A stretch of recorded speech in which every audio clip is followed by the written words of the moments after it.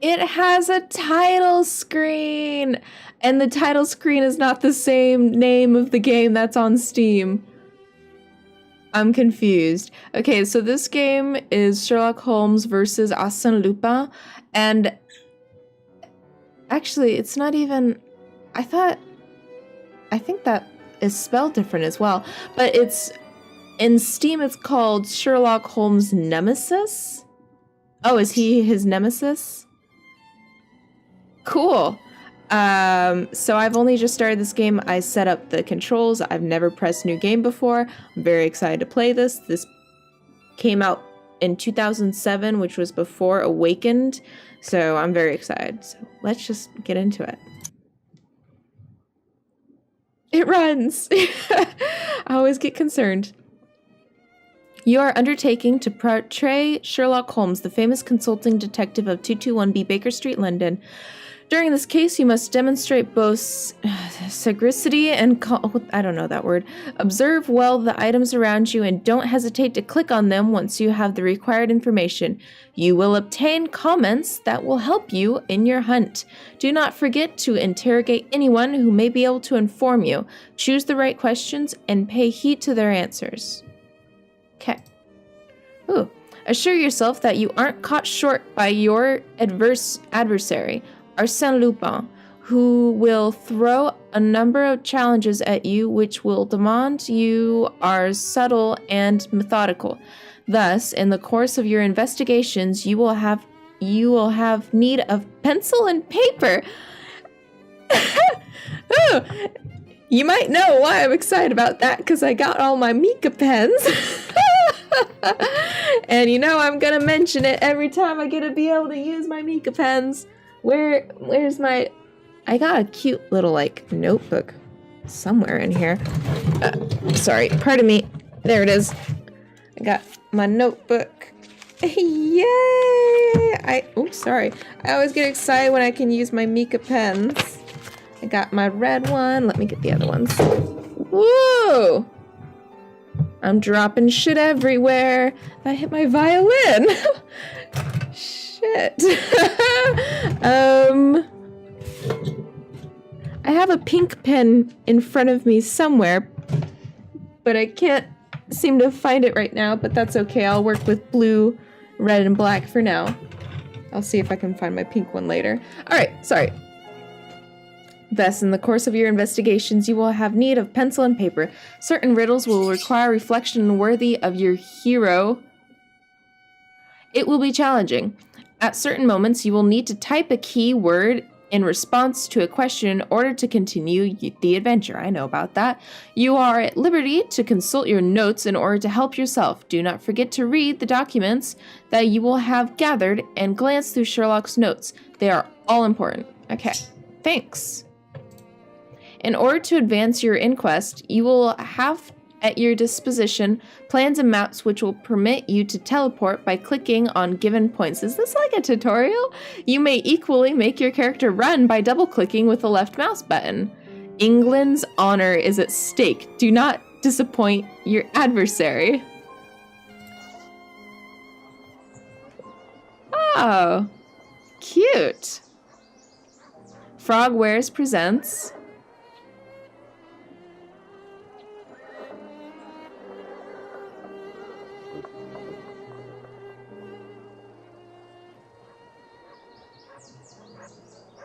The New Adventure of Sherlock Holmes.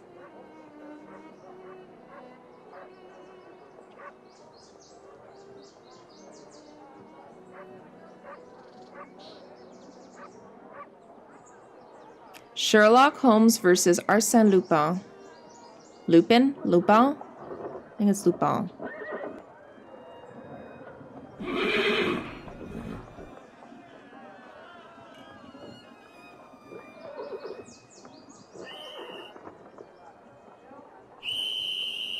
London, July 14th, 1895.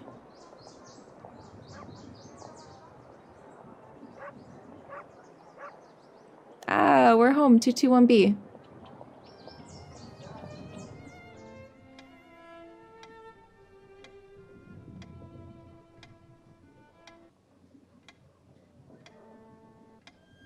It looks to be the beginning of a lovely day, Holmes. There's nothing like beginning the week with a sunny Monday, with nothing more pressing to do than to see what came in the post. Would you care to take a ride up the Thames today? I think not, Watson. Listen, Holmes, your mood has been getting progressively worse for the past 2 weeks. I know you, and I am certain that something is bothering you. It wouldn't be bad news from Switzerland, would it? We would already be on a boat heading towards the continent were that the case, my dear Watson. Very well, then, what is it? Let me guess. For the past 2 weeks, the papers have talked of nothing other than this French thief, Arséne Lupin. He's been making all of the police officers on the continent look like complete idiots. You're taking an obvious pleasure out of reading these articles. My dear Watson. I've put my finger on it, haven't I? I know you well. Something tells me that you will not entertain talk of this Lupin for some time. Do you recall his latest feat? Using an alias, he seduced a young Italian princess in order to rob her of a priceless set of diamond jewellery that once belonged to the Nemesis.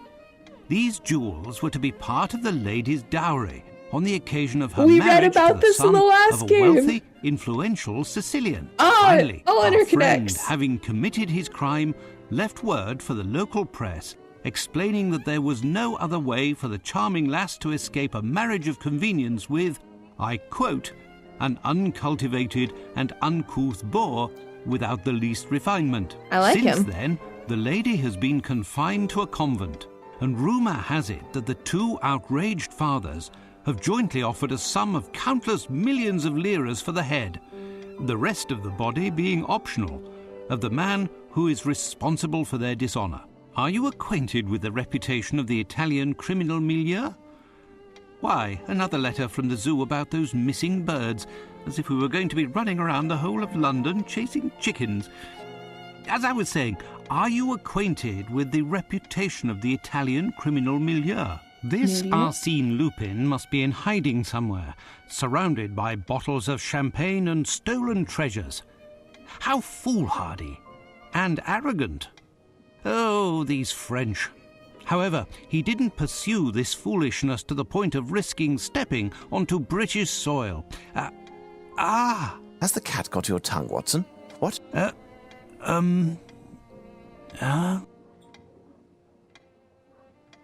Whatever is the matter with you, Watson? Pray tell. This letter on the table. Holmes. Are you okay? Read it. You control Sherlock Holmes. You control Sherlock Holmes. To move in the game, just click on your destination you want to reach. Double click will make him run. Thank you. Fuck. Thank you, Lord. Thank you. Thank you, good Lord.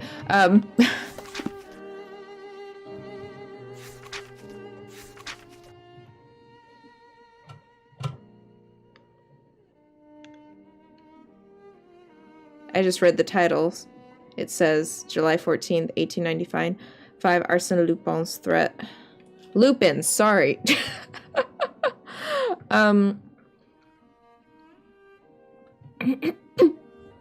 Before I begin, please excuse any grammatical or spelling errors that you might notice. Your language isn't my native tongue, as I come from the continent, France to be exact. In addition, my singular subjects of conversation, whether they be oral or written, are the most exquisite food and wine, the noblest arts, and the sublimest women. I love him!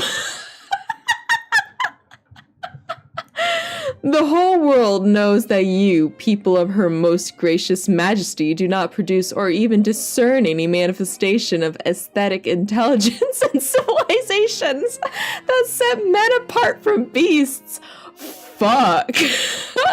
Thus, the opportunities to practice your language are sporadic and brief.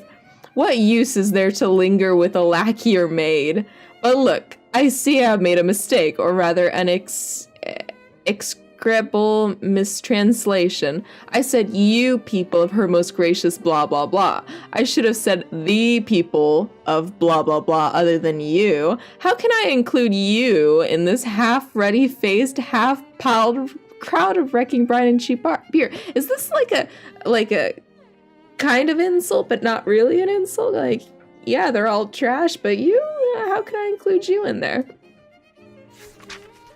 You stand apart, an icon. Having followed your exploits for some time and being interested in your unusual personality, I started to is he coming on to me? I started to see in you a man of intelligence, ingenuity, I don't know the right word, and singular refinement, and incredible results in your activities, and the manner in which you achieve them are marked with the seal of genius. Oh, yes. Believe me, despite the lamentable opinion that I hold for the inhabitants of your island, I have for you an admiration without limit, which has reached an apogee recently when I discovered that you have a French ancestor. This guy is a little bit obsessed with national backgrounds. Ethnic backgrounds? No. Racial background. No? What is it called when it's just an ancestor? Because ethnic backgrounds includes cultural, being raised culturally that way, but would you call it ethnic if it's just an ancestor? Because that doesn't mean Sherlock Holmes was raised culturally French. I don't know. Maybe it doesn't. I don't quite understand all that. That's not something I research. Racial would just be white, though. Right? I don't know. What unlucky stars brought you to the world elsewhere than the motherland? The motherland I call my own. That should have been your own? Perhaps the gods desired that your presence on this island bring up in the intellectual average.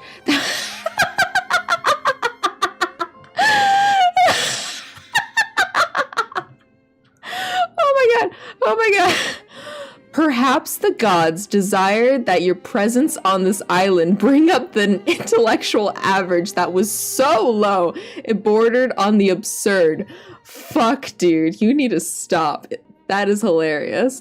The business that brings me to write this letter may bring an answer to this question. You see, events without, I don't know this word, incident will occur in London in the week to come, beginning on the very night of the day in which you read this letter. The purpose of this event is to bring light to a fraud, the arrogance and vanity of the English. Arrogant, I would use that word right now, but not towards the English. Enough of this haughty, boring composure that the English present us when passions should be freely expressed. Enough of the derisive, I know that word, but I don't know how to say it. Derisive confidence in England's cannot be entered, and which is displayed by all of your politicians and soldiers. The English fortress is... Sorry, one second. I cannot... The English fortress is being protected by seas serving as moats. Enough of your supposed symbols of majesty and grandeur, of spirit, and which, in fact, merely the fruits of looting and plundering. Fuck, this guy is getting real. England has measured the world by its stingy superior smile for far too long. Thus, I, Arsene Lupin, have pledged to get rid of this smile. I'm sorry, Lupin. I'm pronouncing your name wrong. Is it Lupin or Lupin? Lupin or Lupin? Do you pronounce the N or not? To that end, in the week to come, I pledge to steal 5 of the most what the fuck is that word? Representational symbols of the alleged English grandeur here in London. Once these spacious achievements have been accomplished, I will exhibit the trophies for the world to see and will reveal the smallness of a nation incapable of preserving its pride. England will become the laughing stock of all nations, from this the largest to the smallest, and will have to swallow its pride and lower its head for millennia to come. I'm sorry, this is a long letter.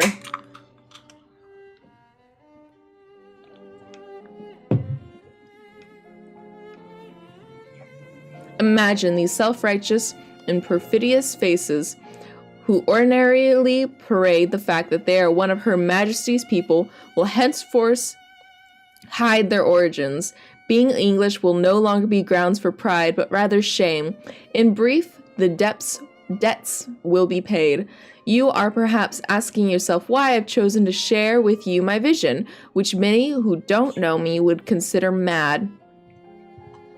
After all, if my former praises are well-founded, you are certainly the only person in England capable of stopping my plan. Like myself, you are fully aware of the inefficiency and flagrant lack of imagination that plagues your police service. The reason for this letter is immensely narcissistic. No exceptional artist desires to produce their work for an uncultured public and capable of appreciating the true value of his prowess and talent. So he wants us to watch him, pretty much. In you, I have found the ideal spectator, and I wish for you to follow the stages of my consecration plan step by step. In fact, I would almost wish for you to put yourself in my path and in vain to stop me from committing these thefts, but you are a busy man who doesn't like defeat. What a shame! If, despite everything, the adventure tempts you anyway, I shall leave a few verses that deal with tonight's target. All across France, everyone knows, in the blind's kingdom, you only need one eye for the crown. You treat us like blind men, it shows. 'Twas a one-eyed, one-armed man who brought us down. It is true that we failed, though we tried again. Our fate was nailed, his immorality, our pain. One of the Spanish capes, the detestable pride that bangs around you like drapes. Our suffering makes you snide. An adversary came along in order to protect victory. We were put in the wrong, and the day made history. Save the pain and defeat. The worst in this game is that the hero we did meet carries a French name. Clearly did vengeance sound what I have in mind for this traitor sitting at his master's feet like a bound is to be run aground. In my honor, tonight to hand, I will break free the binding so that all may understand our victory will take wing. Okay, now he signed it in a different spelling. Arsene Lupin.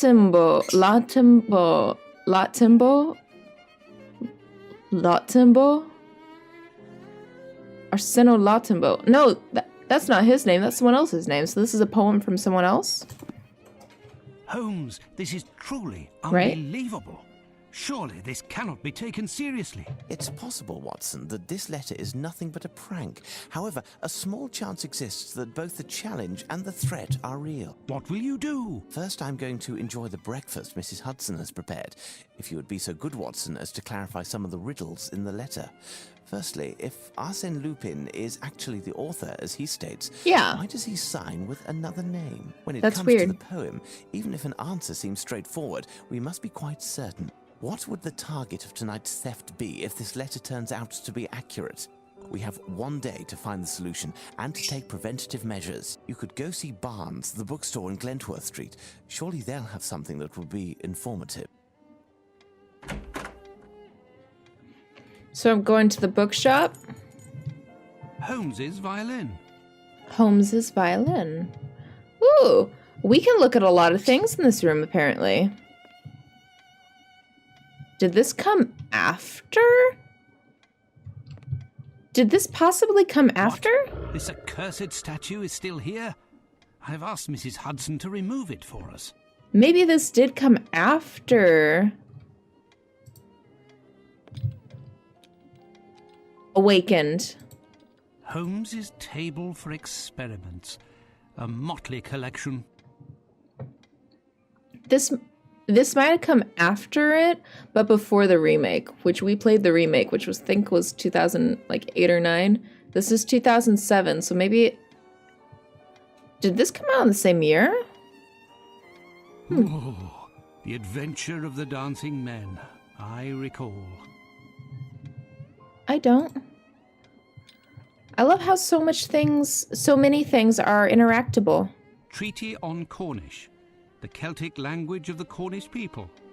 And here, medieval pottery. Holmes has an interesting taste in reading. Is that Napoleon? It was in this statue that we found the famous Black Pearl of the Borgias.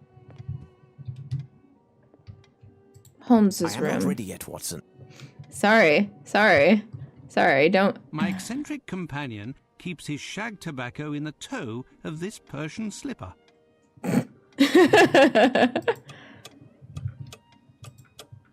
What is this? Colonel Gordon. It was during the affair of the lodger in treatment. This is how Holmes organises his correspondence that is awaiting responses.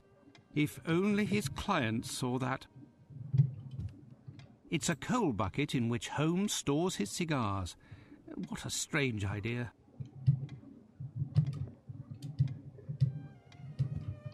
I think I've looked at everything in the room.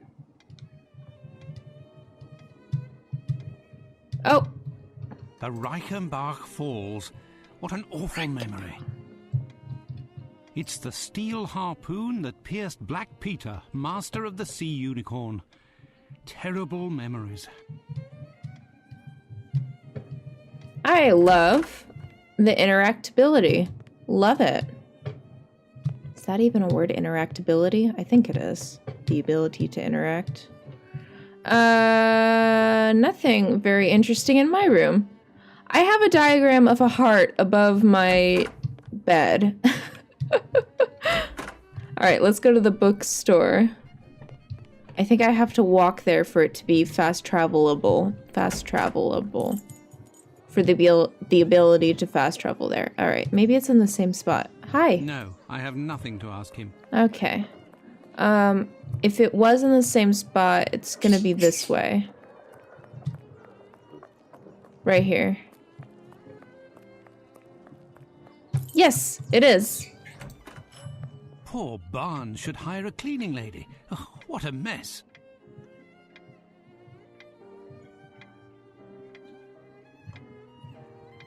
Look at that spider web. Hello. Gunruth, Kudwilm, Lizrit, Stop summoning Cthulhu. Stop it. That was last game. This is this game. Stop it. I'm not into it. Don't want to... No more Cthulhu. I don't want any more Cthulhu in my Sherlock Holmes games. Cthulhu can be here, but Sherlock Holmes games can be here, and nothing interaction. This is not a circle diagram where they're connected. I want no connection at all. No connection at all. Stop it. Good day, Barnes. Hello? Dr. Watson? How are you? I didn't hear you enter. Are you busy? Am I disturbing you? Clearly. Not at all. I was researching, but if you came to see me, it must be that you're looking for something specific. Perhaps I can help you? Ah. Did we have these in the last game? Yeah, we did. A very strange affair, bewildering even, has brought me to see you. An affair involving a Spanish cape and a one-eyed, one-armed man. Most certainly. You will find the works dealing with naval history on one of the shelves somewhere. One of the shelves somewhere? So specific. Thank you. I'll go look. Okay, one of the shelves. One of the... God damn it. Oh, here we go. Hold on.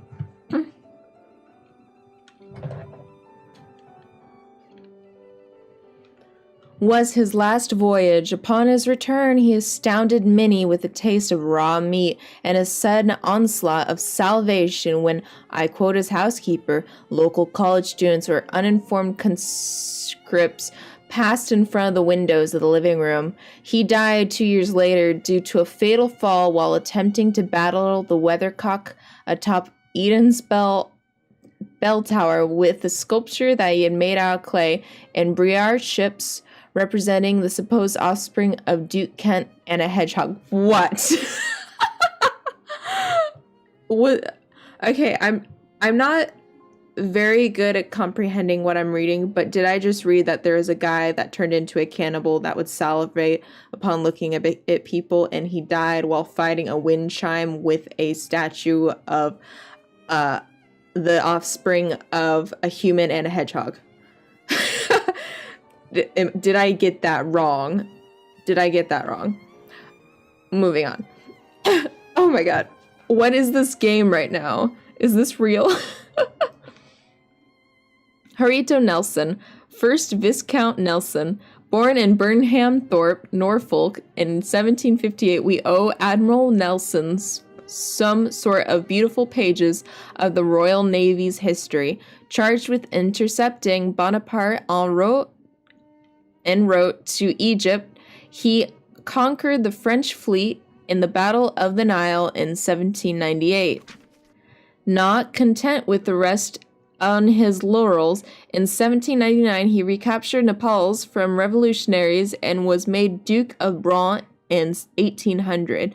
The death of this unrivaled seaman, who had already given his body in the service of his country, he had one arm amputated and lost sight in one eye. Oh, it's him. Was his crowning moment. He died triumphing over Admiral Villeneuve during the Battle of Trafalgar. Oh God, Trafalgar.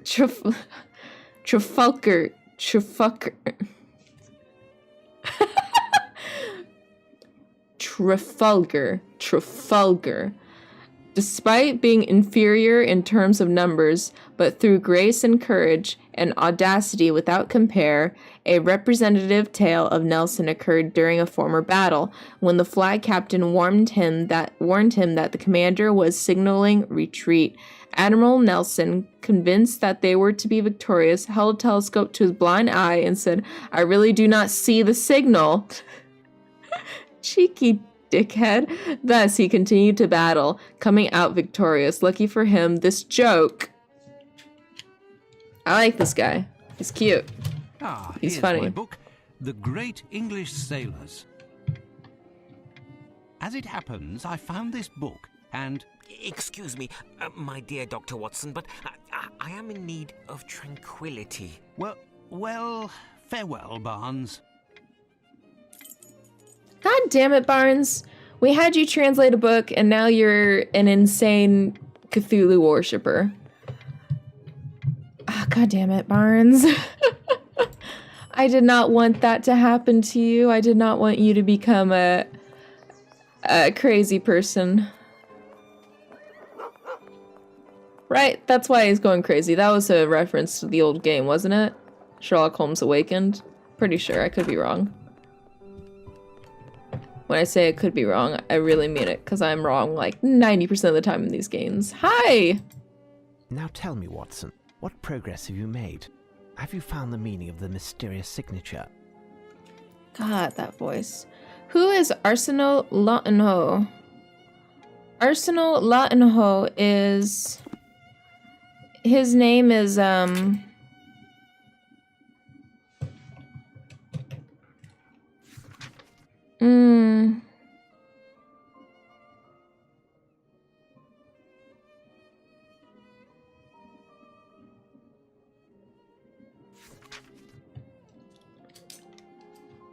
H-O-R-A-T-I-O-N-E-L-S-O-N? Possibly? Or was it the person that he was fighting? Who's the person that he was fighting? Or it might be Admiral Nelson.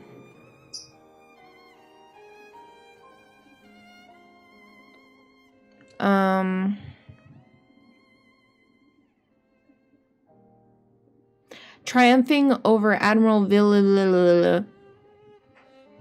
Okay. Just in case, I'm writing this one down too. Admiral V.N.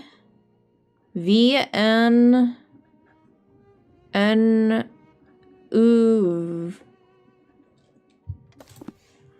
Arsenal is... I'll try the first one. His full name. Ratio... Nelson. It's an anagram, Holmes. The letters in Arseno Latino can be used to spell out Horatio Nelson. That's a Got welcome it. confirmation. No doubt the target for the theft is somehow connected with the Battle of Trafalgar, won by Admiral Lord Nelson at the expense of the Trafalgar. French. Thank Nelson, you. who lost an eye and an arm in battle, has a statue high atop a column in Trafalgar Square. It says that the object of the theft is sitting at his master's feet. There's nothing to steal on this column. We have a map of London here somewhere. Let's see if we can find a site of interest near Trafalgar Square. Trafalgar Square. Let's check the map. Oh, map. What is that?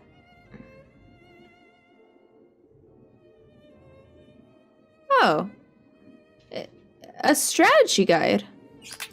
Cool. Trafalgar, oh, maybe I'm supposed to actually... There we go. No? Ha! I found it at last. The map of London. So, didn't according know to that you, was a what map. is there to steal in Trafalgar Square? Show me on the map, Watson. Trafalgar...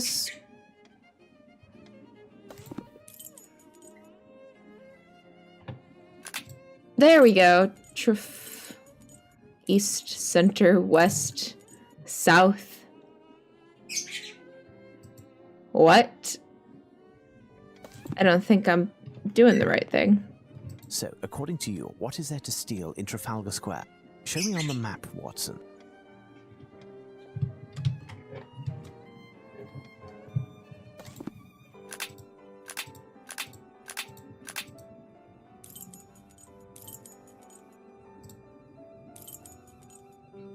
Buckingham Palace, Abbey, Clock Tower, Scotland Yard. No. Where's Trafalgar? Trafalgar.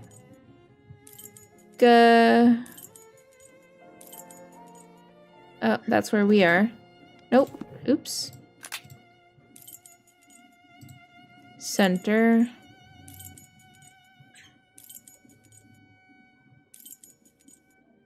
No.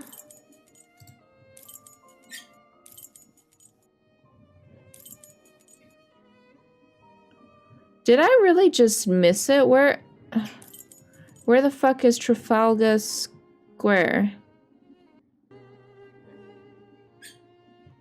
Oh, is that it? The Right only here. location visible is the National Gallery of Painting, which faces the column. Why not? Our man wants to steal a painting, but which one?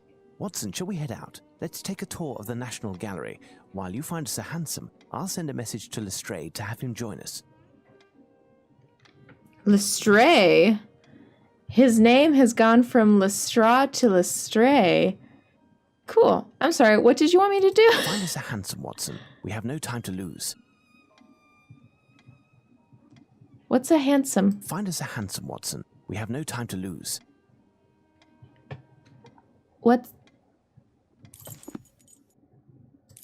No. I must find a hansom. The fuck is a handsome? I don't know what that is.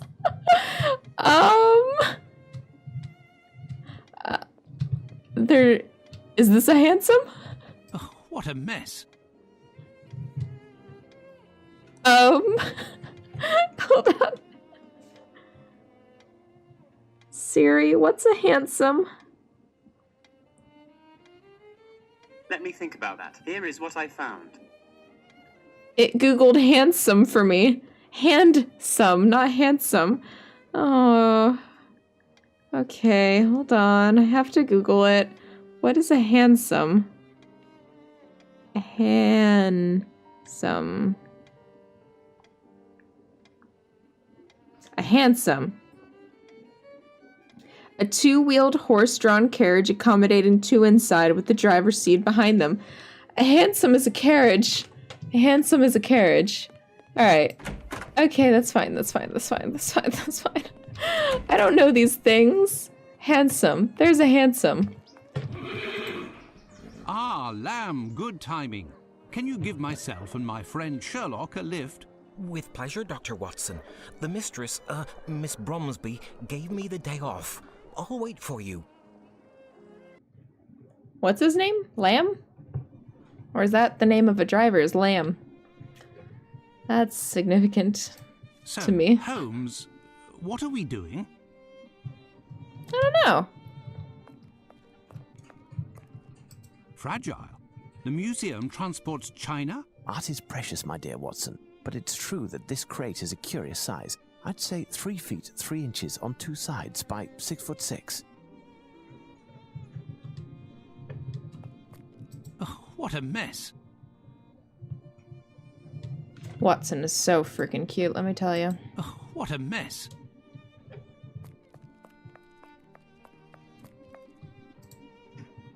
Good afternoon, gentlemen, and welcome to the National Gallery of Painting. As it's such a lovely day outside, you're the only visitors at the moment, and likely will be for the whole day, as the minimum number of people for a guided tour is... We're not here to visit the museum, young man. My name is Sherlock Holmes, and this is my friend and colleague, Dr. Watson. Sherlock Holmes, the famous detective? Indeed, I have reason to believe that a theft is being planned that will take place here, perhaps as early as today. A robbery? I'm not certain, but there is a good reason to believe that is the case. We have contacted Inspector Lestrade at Scotland Yard, and he should be joining us momentarily. Meanwhile, rest assured that we are here in an official capacity. In the meantime, you can certainly help us. One of the paintings will play a part in the matter, but I don't yet know exactly which one. I do, however, have a few clues that should tell something to a specialist like yourself. Ah, yes, of course. As it happens, I've only been working here for 3 days. Actually, I'm an apprentice, and my duties here are essentially administrative. Alright, so who's someone that we can talk to? Pray tell, would I be correct in deducing that the elder of the 2 men that we can see up there is the director of the museum? Yes, that is Sir Pointer. He could certainly assist you better than I, but at the moment he's terribly occupied and will be for some time. But the location that you are proposing is unworthy of my work. All of my pieces are hymns to color and light. It's the very stars, the sun that you want to extinguish. Please understand, dear sir, the entrance hall is reserved for temporary exhibitions. We are able to add more lighting. In that case, you would have to provide lanterns across the whole length of the ceiling, and to use the most refined oil possible. Definitely not gas. And mirrors to reflect the light, along with some canvases in basic colors to bring out the contrasts. We will do all that we possibly can. Nevertheless, I insist that a number of my works must be on the main floor next to the large pieces. But our rooms are already full and, as you know, each has its specific subject. Too much modernism? How can there be too much modernism? Modernism doesn't exist. Only art exists. Art is timeless. Art is cosmic. Well, You sir, can't. perhaps we should continue this conversation in my office. Then you must certainly have a ledger of the works that are shown in the museum, with a description of each painting. Yes, Sir Pointer entrusted it to my care this morning so I could familiarize myself with the collection, but I lost it. I know I make a rather feeble archivist, but while I was doing a tour of the museum, the painting that Mr. Pointer is now dealing with arrived, along with cases full of canvases that he had to quickly inventory. The case of the missing ledger. What do you make of it, Watson? Listen, Mr. Palinor, sir. Palinor, my friend and I will make our way through the museum in order to find the ledger. If you lost it while touring the museum and it wasn't back on the desk, then it must be in one of the galleries. Stay here and we will return to see you when we have found it, and not a word of it to the director. Certainly, sir. With many thanks. I will continue to do my inventory and await you. Tell me, young man, would you happen to have a blueprint of the building in order to facilitate the task at hand? Ah, yes. Where did I put it? Oh, yes, here it is. What a doll. Goodbye. Farewell, Palinor.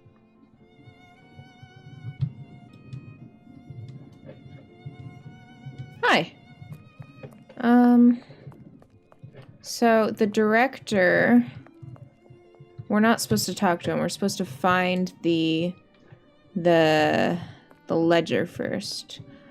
Ugh, I'm fucking home. The Spanish Painters Gallery. La Tela Real by the great Spanish master Diego Velázquez, 1599 to 1660, painted from the golden century of Spain. It depicts a royal boar hunt. Oh god, whoever voices the Sherlock, you can tell me all about paintings all day, my friend. The Vendramin family, venerating a relic of the True Cross by Titian, a Venetian paper, died in 1576, leader of the 16th century Venetian school of the Cinquecento. Tell me Jacob more. wrote A Flock of Laban by Josep de Ribera, also called Lo Spagnoletto, or the Little Spaniard, because of his height. Is that Jesus? Christ healing the paralytic at the Pool of Bethesda by Murillo, one of the most important figures in Baroque painting in Spain during the 18th century. Oh god, I can... Christ driving the traders from the temple, canvassed by the Spanish master El Greco. Cool. A Peasant Boy Leaning on a Sill by Bartolomé Esteban Murillo, 1617 to 1682. The Toilet of Venus by Diego Velázquez, who was considered, along with Francisco Goya and El Greco, as one of the greatest artists in all of Spanish history. I like it. An Apostle, Josep de Ribera, 1591 to 1652. I like it. This canvas by Tiziano Vecellio, better known as Titian, is an allegory of prudence. It reads, "From the past, the man of the present acts prudently so as not to imperil the future." Wise advice. The Lamentation of the Dead Christ by Josep de Ribera, a Tenebrist painter. Does he have commentary for every single painting here? That's actually really A cool. lovely painting by Murillo. Impressive. The Adoration of the Name of Jesus, El Greco, 1541 to 1614, Spanish painter from Crete, belonging to the Mannerist school. Cool. I don't think... The Triumph of Pan by Nicolas Poussin, What is this room? French Painters Gallery. French painters. This might be relevant. A canvas by Joseph Vernet, my great-great-uncle. Oh. That might be important. I have a feeling this is important. By Joseph Vernet, my great-great-uncle. Joseph Vernet. Horace Vernet, my ancestor. Magnificent, this landscape at sunset. This is probably going to be significant. Portrait of a Woman by Perono, French school, pastel on paper. French Painters Gallery. There, it seems that we've found the famous ledger. It's written in shorthand, and there are hundreds of entries. Let's bring it to the archivist. Before we do that, I'm still going to click on everything. I apologize. You might want to skip ahead. Jacques Cazot, portrait by Jean-Baptiste Perono, born around 1715, died 1783. The Adoration of the Golden Calf by Nicolas Poussin, a classical French painter from the 17th century who spent most of his productive career not in Paris, but in Rome, on the fringes of the prominent schools of the era. A canvas by Nicolas Poussin that tells of the discovery of Moses. Very nice. Very nice, very nice. Perfect Harmony by Jean-Antoine Watteau. The Scale of Love by Jean-Antoine Watteau. Born in 1684, died in 1721. French painter, one of the first in the Rococo style, inspired by the Commedia dell'arte, who loved to depict theatre and festivities in his paintings.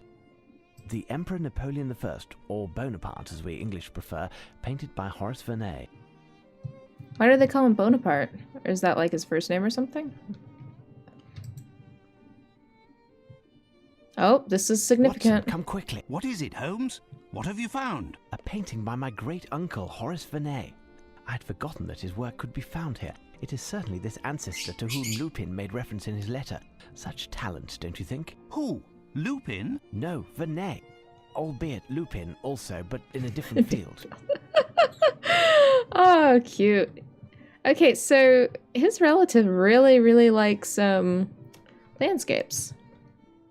Horace Vernet, the Battle of the Hanau, which took place in 1813, the beginning of the end for Napoleon despite this victory.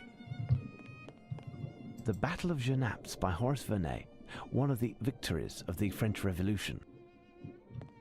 A beautiful landscape by Boucher, Françoise, a master of colour in the Age of Enlightenment. The Billet Doux by Françoise Boucher. Monsieur de Norvin's portrait by Jean-Auguste Dominique Ingres, 1780 to 1876. A portrait, Madame Moitessier, by Ingres, who was also a violinist on the side, like myself. What a fancy dude. The Triumph of Pan Okay, by okay. What was his A name again? Canvas by Joseph Vernet. Joseph Vernet. Joseph Vernet. Closed. Okay, that's fine. Oh my god. I'm gonna click on them all. You might just want to like skip to the next episode because this is gonna be the rest of this video. The Painter's Daughters Chasing a Butterfly by Thomas Gainsborough, an unfinished painting but touching nevertheless. Sun Rising Through Vapor by William Turner. 40 years before Monet, Turner creates a new painting that dissolves forms in a quivering of atmosphere and light. Tell me more. Oh my The Evening god. Star by William Turner, the graceful transitional moment between day and night. Mr. and Mrs. Andrews by Gainsborough, an unfinished painting. An unrivaled landscape artist, he was obliged to do portraits in order to earn a living.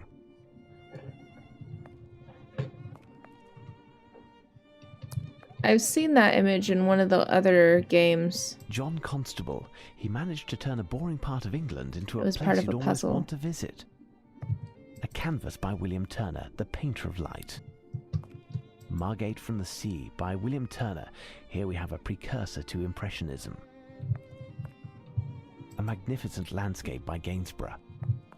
Ah, Thomas Gainsborough, one of the most famous English portrait and landscape painters.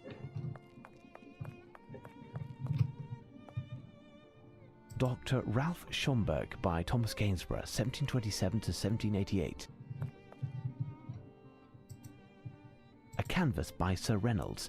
Colonel Tarleton, hero of the British forces during the American War of Independence.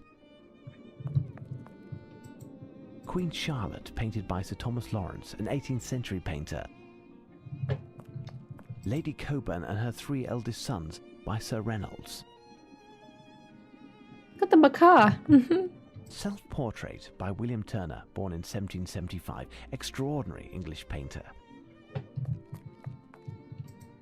Lord Heathfield of Gibraltar by Sir Joshua Reynolds, 1723 to 1792, one of the greatest portrait artists of his time. I love English portraits. Painters' Hall. A young woman seated at a virginal, painted by Vermeer, Dutch painter of the 17th century. This is Dutch what Dutch. gallery. Yeah. A Canvas by Gerard ter Borch, Dutch subject and portrait painter, influenced by Velázquez. View of the Westerkerk, Amsterdam, painted by Jan van der Heyden, probably in 1660. A terrible naval battle scene by Ludolf Bashuizen.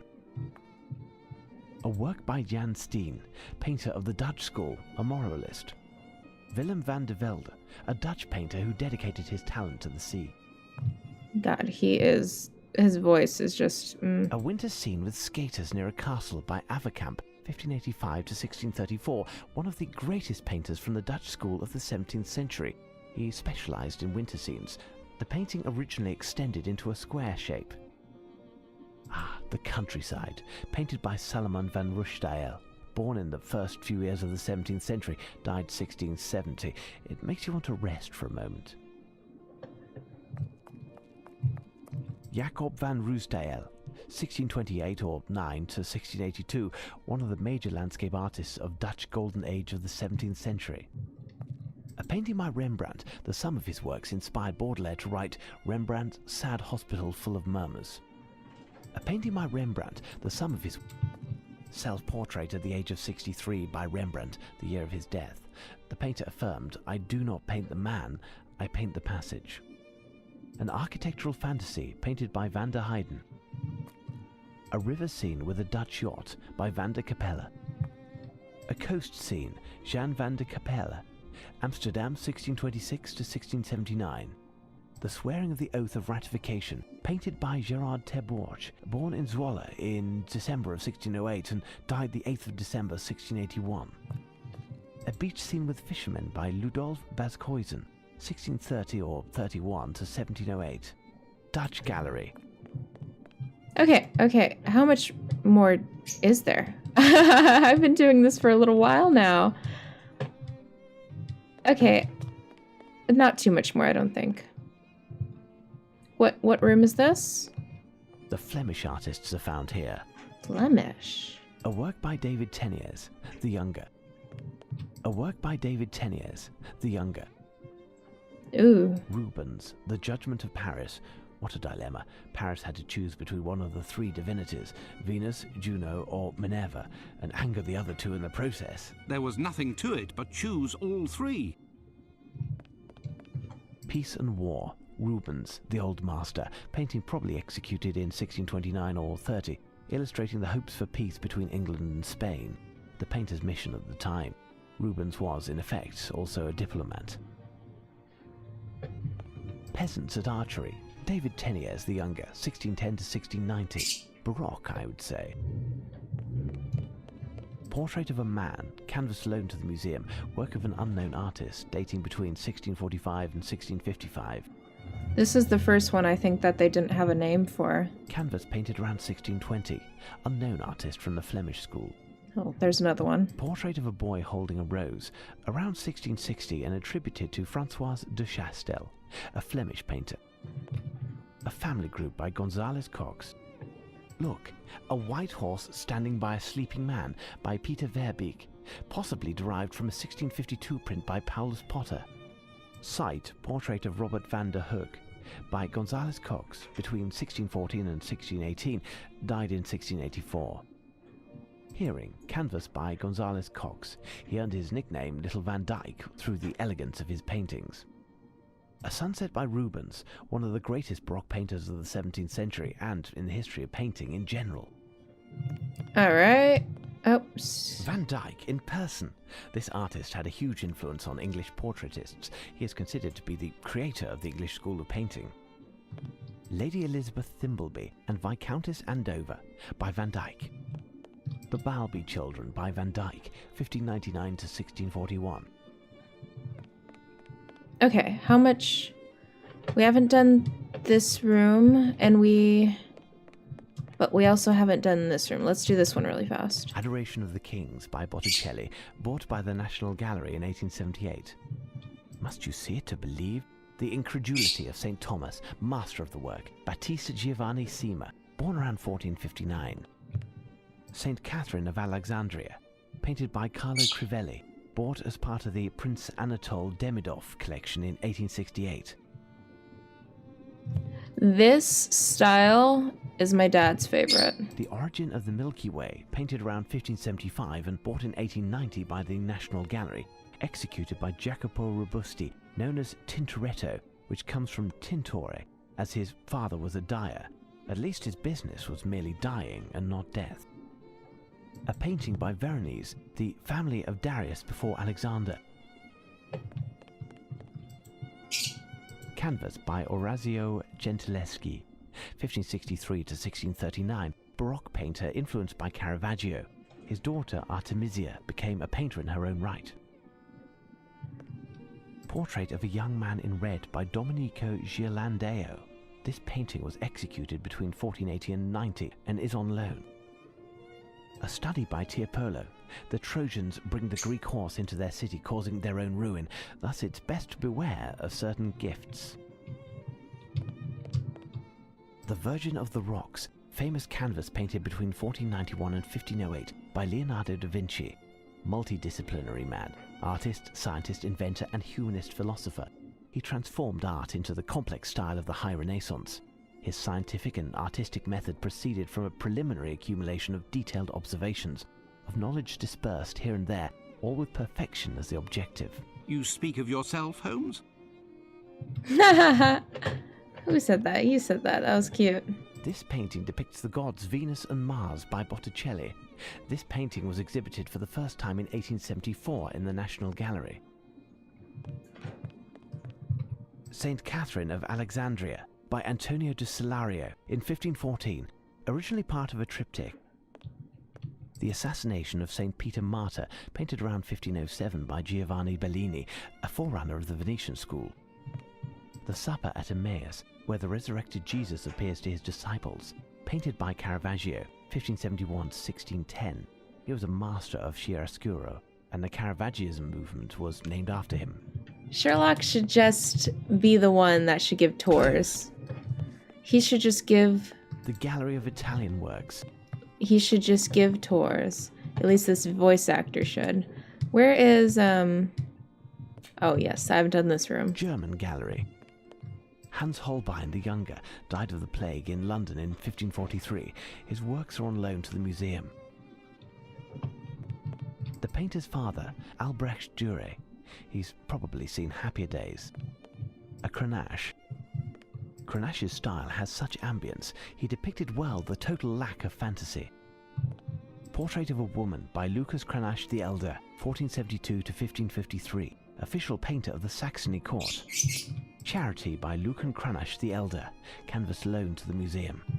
St. Catherine of Alexandria, in good company, painted around 1450 by Stefan Lochner, a hand shutter of an altarpiece presented in 1863 by Queen Victoria at the Prince Consort's wish.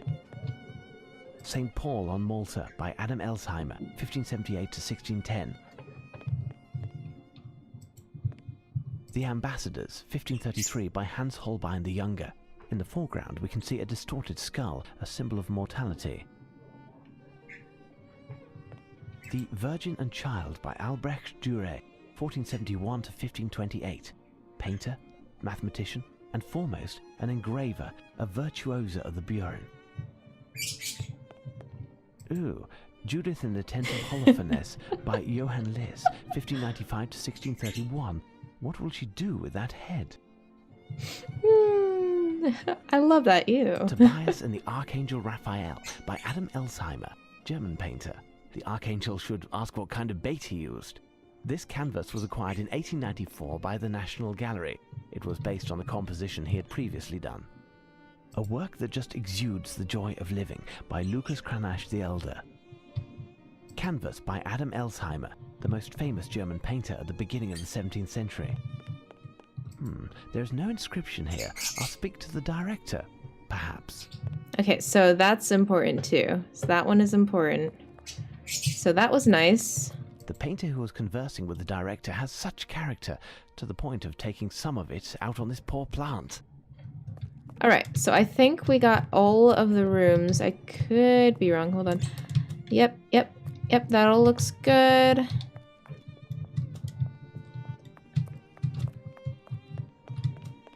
We didn't try these doors. Closed. Okay, so we have definitely checked every single painting possible. And so what I'm going to do is I'm going to save, and we're going to actually progress the next time. Whew! Alright, you guys, thank you so much for watching, and I will see you in the next video. Bye-bye!